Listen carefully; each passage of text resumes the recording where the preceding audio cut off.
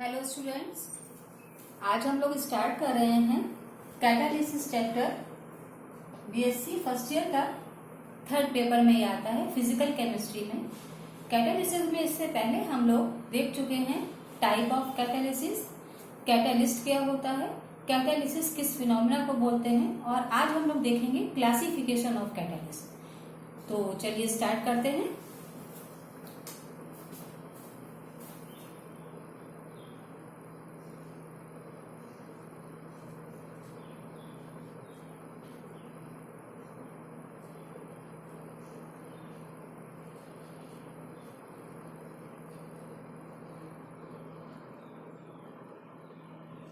Classification of catalyst.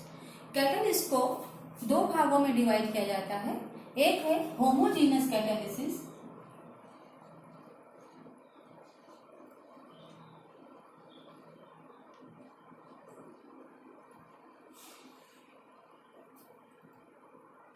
दूसरा है heterogeneous catalysis.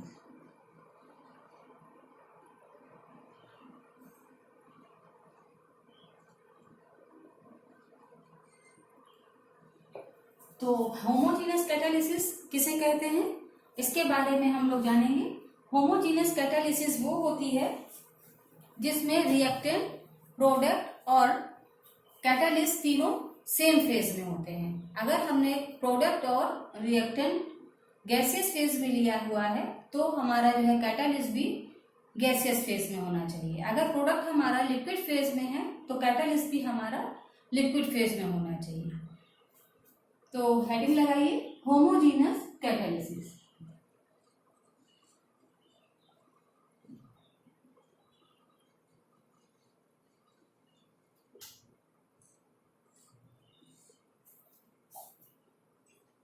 Homogeneous catalysis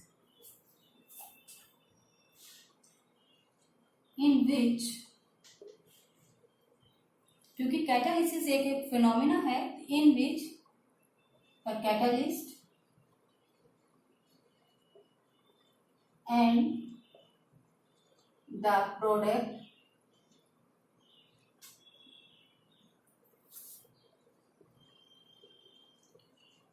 should be in same phase।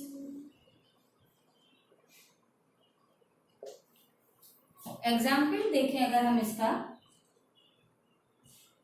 पहला example अगर हम इसका लें, लेड चैम्बर प्रोसेस है, सल्फर डाइऑक्साइड और ऑक्सीजन, ये H2SO4 को बनाने की विधि है। इसमें हम देखते हैं, और ये लेड चैम्बर प्रोसेस है, इसमें हम कैटालिस्ट लेते हैं NO। ये गैसियस फेज में है। यहाँ आप देखिए रिएक्टेंट भी गैसियस फेज में है और जो प्रोडक्ट आपको मिला है वो भी गैसियस फेज में है। जब सेम फेज हो तो इसको बोलते हैं होमोजीनस कैटालिसिस। दूसरा एग्जाम्पल अगर हम देखें, एक और एग्जाम्पल मैं आपको देती हूं इसके लिए, एल्डिहाइड CH3CHO, इसका अगर हम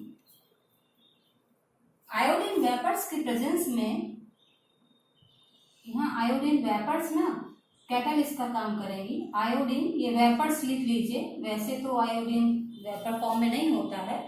वेपर्स लेंगे तो मीथेन बनता है, मीथेन CH4 और ऑक्सीजन, ठीक, CH4 और कार्बन मोनोऑक्साइड। अब क्या करेंगे, इस कार्बन मोनोऑक्साइड को हम लेंगे और इसको ऑक्सीजन से रिएक्शन करा देंगे, तो यहाँ हमको क्या मिलेगा, 2CO2 मतलब कार्बन डाइऑक्साइड। यहाँ पर आप देख रहे हैं आयोडीन वेपर्स है, वो भी गैसियस फॉर्म में है, और कार्बन मोनोऑक्साइड भी गैसियस फॉर्म में है। जो प्रोडक्ट फाइनल हमको मिल रहा है वो भी गैसियस फॉर्म में है। तो ये भी एक बहुत अच्छा एग्जाम्पल है आपका होमोजीनस कैटालिसिस का। ये तो गैसियस फॉर्म में लिया है। एक एग्जाम्पल और ले लेते हैं जिसमें लिक्विड फॉर्म में है। ये बहुत ही जाना पहचाना एग्जाम्पल है, मिथाइल एसीटेट हमने लिया है, लिक्विड फॉर्म में है, और इसकी जो है हाइड्रोलिसिस करा दी है वाटर के प्रेजेंस में। वाटर के प्रेजेंस में जब इसकी हाइड्रोलिसिस कराएंगे तो यहाँ पर HCl लेंगे जो कि लिक्विड फॉर्म में है। ये HCl यहाँ पे कैटलिस्ट का काम कर रहा है और यहाँ आपको प्रोडक्ट में मिलेगा CH3COO CH3 plus CH3OH। They are also liquid in phase. तो ये एग्जाम्पल है आपके होमोजीनस कैटालिसिस के। नेक्स्ट देखते हैं हम लोग हेट्रोजीनस कैटालिसिस। अभी हम लोगों ने देखा है होमोजीनस कैटालिसिस, अब हम लोग देखते हैं हेट्रोजीनस कैटालिसिस। आई होप कि यहाँ तक आप लोगों को समझ में आ गया होगा।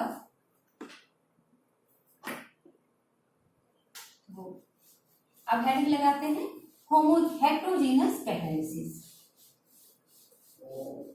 हेट्रोजीनस कैटालिसिस जैसे नाम से समझ में आ रहा है,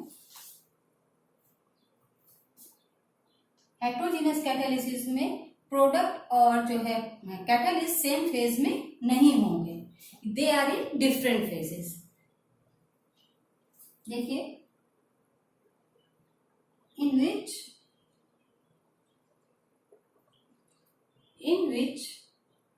the catalyst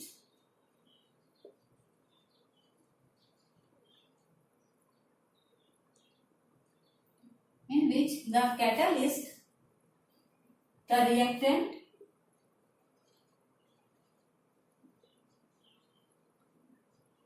and the product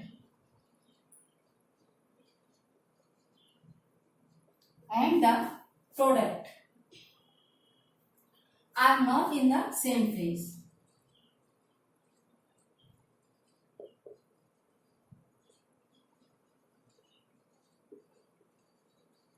जहां पर रिएक्टेंट और प्रोडक्ट सेम फेज में नहीं होंगे कैटालिस्ट के साथ, वहां पर हेट्रोजीनस कैटालिसिस होती है। इसके बहुत सारे एग्जाम्पल हैं जो मैं आपको एक एक करके बताऊंगी। पहला एग्जाम्पल है कॉन्टेक्ट प्रोसेस। अभी आपने होमोजीनस कैटालिसिस में लेड चैम्बर प्रोसेस पढ़ा था। ये जो लेड चैम्बर प्रोसेस है बच्चों, ये आपका था H2SO4 को बनाने का मेथड, लेकिन होमोजीनस कैटालिसिस में एग्जाम्पल आता है। और आप कॉन्टेक्ट प्रोसेस जो पढ़ने जा रहे हैं, ये भी H2SO4 को बनाने का मेथड है, लेकिन यहाँ पर हमने कैटालिस्ट चेंज कर दिया, प्लेटिनम लिया है जो कि सॉलिड फॉर्म में होता है, प्रोडक्ट वही मिल रहा है, लेकिन ये हेट्रोजीनस का एग्जाम्पल हो गया। क्यों? ये सॉलिड फॉर्म में है, प्रोडक्ट गैसेस फॉर्म में है, इसलिए ये क्या हो गया, हेट्रोजीनस का एग्जाम्पल हो गया। कॉन्टेक्ट प्रोसेस, इसको आप लिख लीजिए, कॉन्टेक्ट प्रोसेस। 12th में आप लोग इसे पढ़कर आए हैं। नेक्स्ट है Haber process, N2 + 3H2। Haber process क्या है आपका? अमोनिया को बनाने का प्रोसेस है, जिसमें आयरन एज ए कैटलिस्ट काम करता है जो कि सॉलिड फॉर्म में है, और जो आपको प्रोडक्ट मिलता है वो आपका गैसियस फॉर्म में होता है। तो ये भी हेट्रोजीनस कैटालिसिस का एक अच्छा एग्जाम्पल है, हैबर्स प्रोसेस।